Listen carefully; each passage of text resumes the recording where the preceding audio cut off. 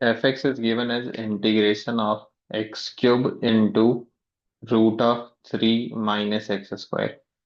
तो इस क्वेश्चन को करने के लिए हम लोग इंटीग्रेशन बाय सब्स्टिट्यूशन यूज कर रहे हैं। एक तो जो सब्स्टिट्यूशन हमारे दिमाग में आता है वो आता है x equal to √3 sin theta. ये आप कर सकते हैं, बट फिलहाल तो मैं इसके लिए नहीं जा रहा, मैं यहाँ पे कर रहा हूँ 3 - x square equal to t square. तो रूट के अंदर जो टर्म होता है उसको टी स्क्वायर मानना भी एक रेगुलर सब्स्टिट्यूशन है, और फिलहाल मैं इस पे जा रहा हूँ। और root of a square minus x square के लिए x equal to a sin theta a cos theta भी एक रेगुलर सब्स्टिट्यूशन है।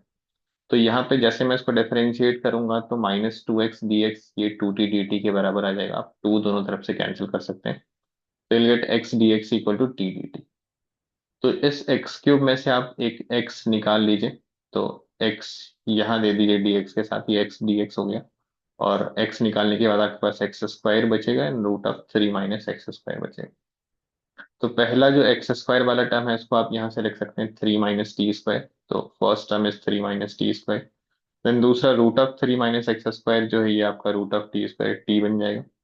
And x dx will be your -t dt। तो ये इंटीग्रेशन आपका बहुत सिंपल हो गया अब। -t × t - t² × 3। तो ये आपका हो गया -3t square. And the other term -t² × -t² तो t⁴ -3t² का आपको इंटीग्रेशन करना है। वी नो दैट t⁴n का इंटीग्रेशन t⁴n+1/n+1 होता है। तो t⁵5/5 -t³ +c हो जाएगा। And what is your t? आप t की जगह पे root of 3 - x square substitute कर दीजिए। तो रूट ऑफ 3 - x स्क्वायर मतलब 3 - x square raise to 1/2। And the whole raise to 5 मतलब ये 1/2 आपका 5/2 बन जाएगा। And that divide by 5। Similarly ये आपका 3 - x स्क्वायर रेस टू 3/2 बन जाएगा +c। अब एक इनिशियल वैल्यू आपको गिवन होगी 5 f(√2) इज इक्वल टू -4। तो लेट्स यूज दिस।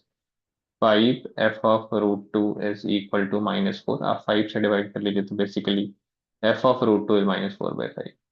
तो x की वैल्यू आप √2 रखिए यहाँ पे, और y की जगह पे fx की जगह पे आप -4/5 है। तो -4/5 इज इक्वल टू x की जगह आप √2 रखेंगे, तो एक्स स्क्वायर आपका 2 हो जाएगा। 3 - 2 इज 1। तो ये 1/5 हो गया, because 1 raise to anything is 1। और दूसरा वाला आपका 1 हो गया +c। तो क्लियरली c की वैल्यू 0 आ गई आपके पास।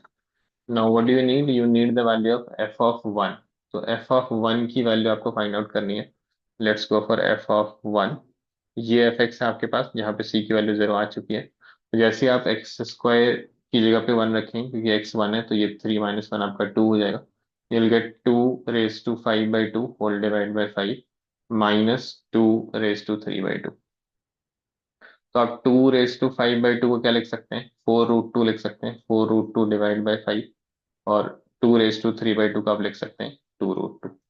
तो जैसे एलसीएम लेंगे आपका 4√2 -5 × 2 10√2/5 हो जाएगा। 4 - 10 इज -6। तो -6√2/5 is the answer for this question. -6√2/5 is present in option D, and yes that is the answer given to us.